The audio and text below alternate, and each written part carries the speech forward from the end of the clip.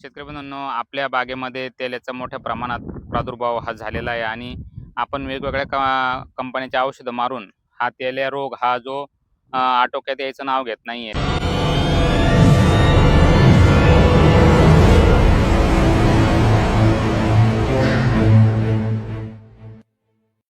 नमस्कार शेतकरी बंधूंनो, मी आपला कृषी मित्र सचिन भाटे. आपल्या सर्व शेतकरी बंधूंचं आजच्या व्हिडिओमध्ये मी सहर्ष स्वागत करतो. शेतकरी बंधूंनो, आज दिनांक 26 एप्रिल आहे तर 2026. तर यंदा जे डाळिंब उत्पादक शेतकरी बंधूंचं वर्ष जे म्हटलं तर सुरुवातीपासून बाग धरण्यापासून अ, मोठ्या संकटात हे डाळिंब उत्पादक शेतकरी बंधू होते. सुरुवातीला बागा या जास्त पावसामुळं लवकर फूट झाली नाही. काहींची फूट झाली तर नर कळीची संख्या जास्त निघाली. काहीची मादी कळी निघाली तर माशा नसल्यामुळे ड्रॉपिंग झाली. काहीची 2-3 फ्लॅश नरमधून गेल्यानंतर त्यांची नंतर मादी कळी लागली आणि शेवटच्या टप्प्यामध्ये सेटिंग झाली. आणि सेटिंग चांगली झाली. त्यानंतर सगळ्यात मोठी समस्या तेल्या रोगानं शेतकरी बंधूंना जास्त त्रस्त केलं. कारण जास्त कंटिन्यू पाऊस होतात. 30 मार्च, 31 मार्च, 1, 2, 3 हे 4-5 दिवस जे होते मोठ्या प्रमाणात पाऊस होता आणि या पावसाच्या वातावरणामध्ये तेल्या रोगानं मोठ्या प्रमाणात शेतकरी बंधूंच्या बागामध्ये थैमाने घातलेलं आहे. तर शेतकरी बंधूंनो, या तेल्या रोगाचं नियंत्रण फक्त आपण बुरशीनाशक मारून नियंत्रण नाही करू शकत. तर आपल्याला याला चव बाजूने विचार करणं आहे. त्याच्यामध्ये असेल तुमच्या पाण्याचं नियोजन असेल, तुमचं अन्नद्रव्याचं नियोजन असेल आणि तुमचं बागेची कंडिशन जे म्हणतो आपण, त्याच्यावर पण तेल्या रोगाचं नियंत्रण आहे डिपेंड आहेत. तर तेल्या रोगाचं नियंत्रण आहे डिपेंड आहेत. तर पहिल्या मुद्द्यामध्ये जर आपण विचार केला, पाण्याच्या नियोजनामध्ये जर आपण विचार केला, शेतकरी बंधूंनो, आपण जर पाणी जास्त देत असाल, एकदम अति पाणी देत असाल, तर त्या त्या माध्यमातून पण झाडामध्ये एक्सेसिव्ह नायट्रोजनचं पुरवठा होतो आणि आघाडी वगैरे जास्त येते आणि तेल्या रोग हा जास्त वाढतोय. तर आपण तेल्याच्या ज्या बागा आहेत, तेल्याचा प्रादुर्भाव आहेत, अशा बागेमध्ये आपण हे थोडं पाणी कमी करायचं आहे.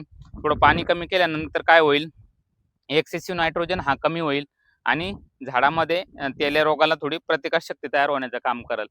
पण या शेतकरी बंधूंनो, आपल्या झाडावर आता साईज चांगली घेतात. आता समजा डिसेंबरचं पाणी किंवा जानेवारीचं पाणी 150 प्लस 200 ग्रॅमची फळं जे असतील आपल्या झाडावर.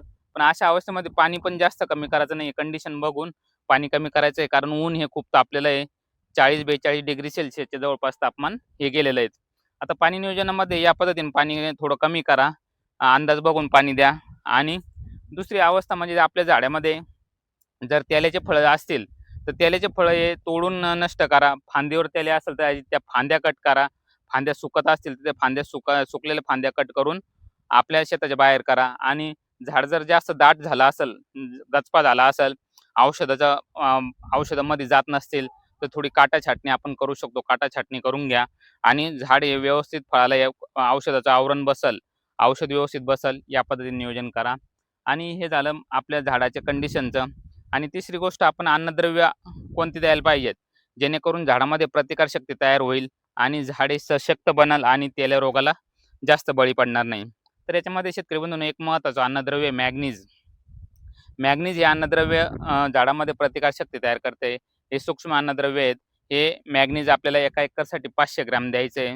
हे मॅग्नीज तुम्ही न्यूट्रिअप कंपनीचं एम-एन, मेटाफट एम-एन हे देऊ शकतात. एका एकरसाठी 500 ग्रॅम द्या. आणि याच्यासोबत शेतकरी बंधूंनो, झाडामध्ये प्रतिकारशक्ती तयार करायचं काम एक पोटॅश हे अन्नद्रव्य पण झाडामध्ये प्रतिकारशक्ती तयार करते.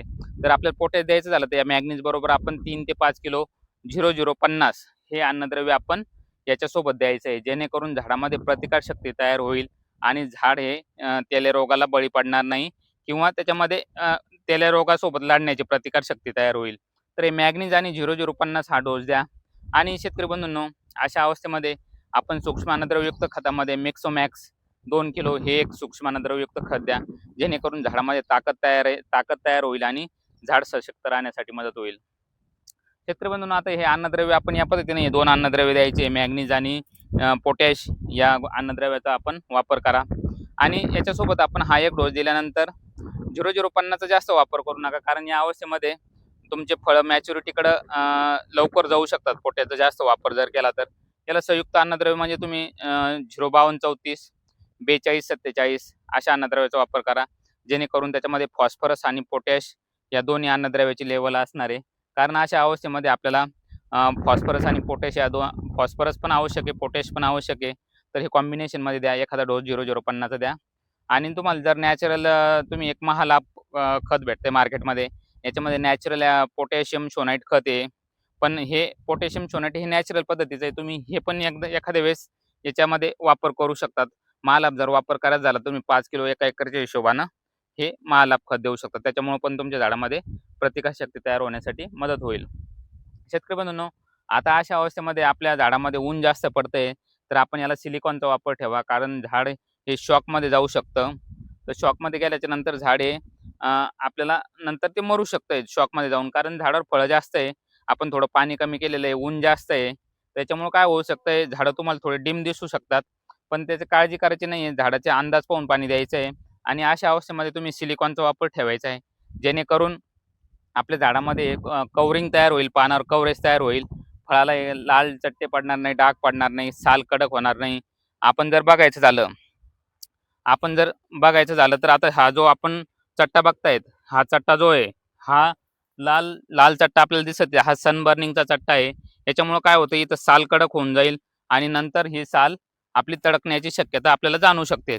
आणि झाडं जर स्ट्रेसमध्ये जात असेल तर तुम्हाला एक फवारणी सांगतो मी. ती फवारणी घ्या. याच्यामध्ये मेगा केल्पी हे एक मेगा केल्पी हे सूक्ष्म अन्नद्रव्ययुक्त लिक्विड आहे. मेगा केल्पी 1 लिटर पाण्यासाठी 2 मिली घ्या आणि त्याच्यासोबत आर्थोसिलिसिक ॲसिड इनफोल्ड हे सिलिकॉन आहे, हे 1 लिटर पाण्यासाठी 1 मिली घ्या. या दोघांचं कॉम्बिनेशन करून आपल्या झाडावरती फवारणी करा.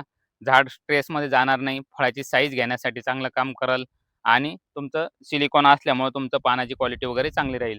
आणि शेतकरी बंधूंनो, अशा अवस्थेमध्ये आपण जी पांढरी मुळी आहे झाडाची, या पांढरी मुळीचं पण आपल्याला लक्ष देणं गरजेचं आहे. कारण मुळी जर चांगली असेल, तर आपण देत असलेलं पाणी, आपण देत असलेले अन्नद्रव्य हे अपटेक होण्यासाठी मदत होणार आहे आणि त्याचा तुम्हाला चांगला फायदा दिसून येणार आहे. पांढऱ्या मुळीसाठी जर तुम्हाला वापरायचं झालं, तुम्ही मायक्रोरायझा वापरा. एका एकरसाठी 200 ग्रॅम मायक्रोरायझा घ्या, ते सोडा किंवा तुम्ही ह्युमाकेल्प हे न्यूट्रिॲप कंपनीचं ह्युमाकेल्प ॲक्टिवेटर लिओनार्डाइट केल्प तसेच याच्यामध्ये ऑर्गॅनिक कार्बन असल्यामुळं हे प्रोडक्ट पण तुमची पांढरी मुळी वाढवण्यासाठी चांगलं काम करणार आहेत. हे एका एकरसाठी वापरायचं झालं ह्युमाकेल्प तर 1 लिटर वापरा. मायक्रोरायझा वापरायचं झालं तर 200 ग्रॅम एका एकरसाठी मायक्रोरायझाचा वापर करा. अशा पद्धतीने नियोजन करा. शेतकरी बंधूंनो, तेल्या हा वर्षानुवर्ष तेल्या हा रोग आहे आपल्या भागामध्ये. पण आपल्याला याला संकटाला मात करायची असेल तर याला नुसत्या फवारण्या करून भागणार नाही. तरी हे जे आपण जे सूत्र सांगितलेले आहेत, पाणी नियोजन, अन्नद्रव्य व्यवस्थापन, तुमची काटा छाटणी असेल, वाळलेल्या काड्या काढणं असेल आणि तुमचं पांढरी मुळीचं नियोजन असेल, सिलिकॉनचा वापर असेल, तर या सगळ्या गोष्टीचा विचार करून आपल्याला बाग हे सक्सेस करायची आहे आणि जास्तीत जास्त उत्पादन आपल्याला हे घ्यायचं आहे. कारण शेतकरी बंधूंनो, यंदा डाळिंबासाठी हे वर्ष कठीण आहे. पण जे लोक या कठीण परिस्थितीत टिकून राहतील ते 100% जिंकणार आहेत आणि त्यांचे पैसे चांगले होणार आहेत. सर्व डाळिंब उत्पादक शेतकरी बंधूंना या पद्धतीनं काळजी घ्या आणि मी आशा करतो, परमेश्वराकडे एकच प्रार्थना करतो की सर्व शेतकरी बंधूंना तेल्या रोग लवकर आटोक्यात यावा आणि सर्व शेतकरी बंधूंना हे जास्तीत जास्त उत्पादन या माध्यमातून भेटावं. शेतकरी बंधूंनो, ही माहिती तुम्हाला कशी वाटली नक्की सांगा. व्हिडिओ आवडल्यास लाईक करायला विसरू नका आणि हा व्हिडिओ जास्तीत जास्त लोकांपर्यंत शेअर करायला विसरू नका. आणि तुम्ही आपल्या चॅनलवर नवीन असाल, आपला कृषी मित्र सचिन भाटे या चॅनलवर जर नवीन असाल तर तुम्ही चॅनलला पहिले सबस्क्राईब करा आणि बेल आयकॉन बटन दाबायला विसरू नका. शेतकरी बंधूंनो, या बागेला आपण न्यूट्रिॲपची उत्पादने वापरलेली आहे. तुम्हाला जर सेटिंग बघायची झाली तर तुम्ही फळं बघायची झाली, तुम्ही फळं बघू शकतात. या पद्धतीने फळं लागलेले आहेत, तुम्ही पाहू शकतात. 150-200 प्लस सेटिंग या झाडावर आपल्याला दिसत आहेत. आणि फळाची साईज जर विचारात घेतली आपण 100-150 प्लस हे फळं आपल्याला दिसत आहेत. तुम्ही बाकी हे झाडं पण बघू शकतात. या कंडिशनमध्ये हे फळं आहेत आणि 150 प्लस 200 फळं आपल्याला हे दिसत आहेत आणि जबरदस्त असे माल हा लागलेला आहे. हेच नाही तर तुम्ही हे मध्ये बघू शकतात. फळाची साईज वगैरे जबरदस्त अशी आलेली आहेत. तुम्हाला पाहायचं झालं तर तुम्ही बघा, आता हे 200 ग्रॅमपर्यंत हे फळ आपल्याला हे दिसत आहेत आणि हे पाहू शकता तुम्ही. साईज वगैरे चांगली आहेत आणि क्वालिटी पण जबरदस्त आहेत.